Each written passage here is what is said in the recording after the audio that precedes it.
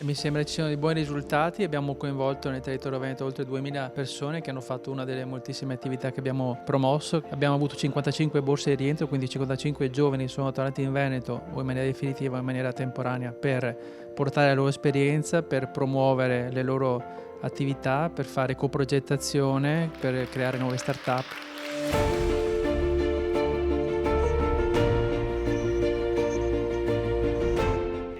I progetti finanziati hanno dimostrato di crescere in termini di relazioni, di reti territoriali, di capacità di dialogo col mondo esterno, fuori confine. Hanno saputo coinvolgere le università, che sono la nostra accademia, è lì che si sfornano i cervelli. Stiamo ragionando di rendere competitivo un territorio, competitiva una nazione, abbiamo bisogno di cervelli migliori.